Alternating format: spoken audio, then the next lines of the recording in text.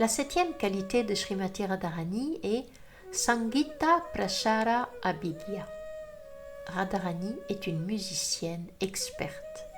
Elle sait chanter, elle sait jouer de la veena, elle sait jouer du sitar, elle sait jouer du tambour, elle sait jouer du mridanga, elle sait jouer des kartals et de toutes sortes d'instruments.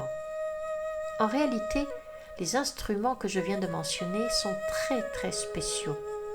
Ce sont les instruments joués par les Ashtasaki, les 8 principales compagnes de Srimati Radharani.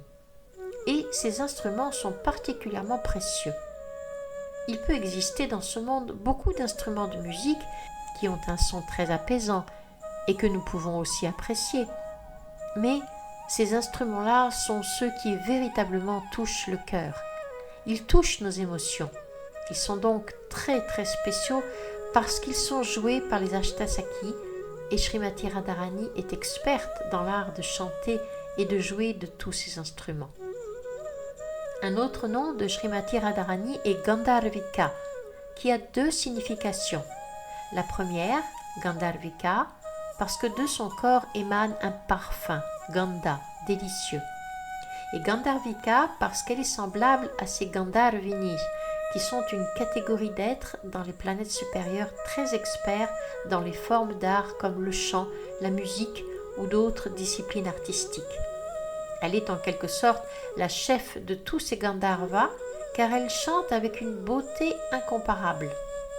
En vérité, tous les ragas trouvent leur origine en elle.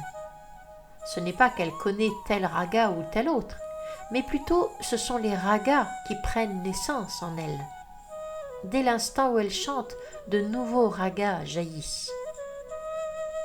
En fait, durant la fête de Holi à Vrindavan, les Gandharvas et les grands maîtres des planètes supérieures comme Sangita Devi, la déesse de la musique, et la personnification du joueur de mridanga, descendaient eux-mêmes et jouaient devant Srimati Radharani à l'occasion du festival de Holi. Et pourquoi faisaient-ils cela? Les acharyas commentent que c'est un peu comme dans ce monde matériel lorsqu'un artiste débutant veut se lancer. Il aspire à jouer dans une sabha, un lieu où se produit un grand chanteur renommé, simplement pour établir un lien. C'est une question d'honneur, un privilège de chanter devant une personnalité reconnue, une célébrité, une grande voix. De la même façon, puisque Radharani est l'origine même de tous les ragas, ces êtres profitent une fois l'an, pendant Holi, de l'occasion de venir chanter devant elle. C'est comme pour des artistes en devenir.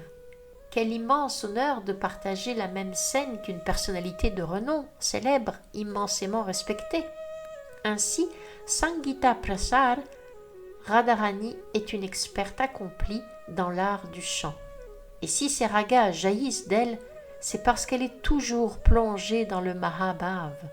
Tout ce qu'elle chante provient de son prema, son amour pur pour Krishna. Or, quelque chose qui jaillit de l'amour pour Krishna ne peut être qu'extrêmement doux et enchanteur. Ainsi, tous les différents ragas émanent de Srimati Radharani. Elle est donc experte dans l'art du chant.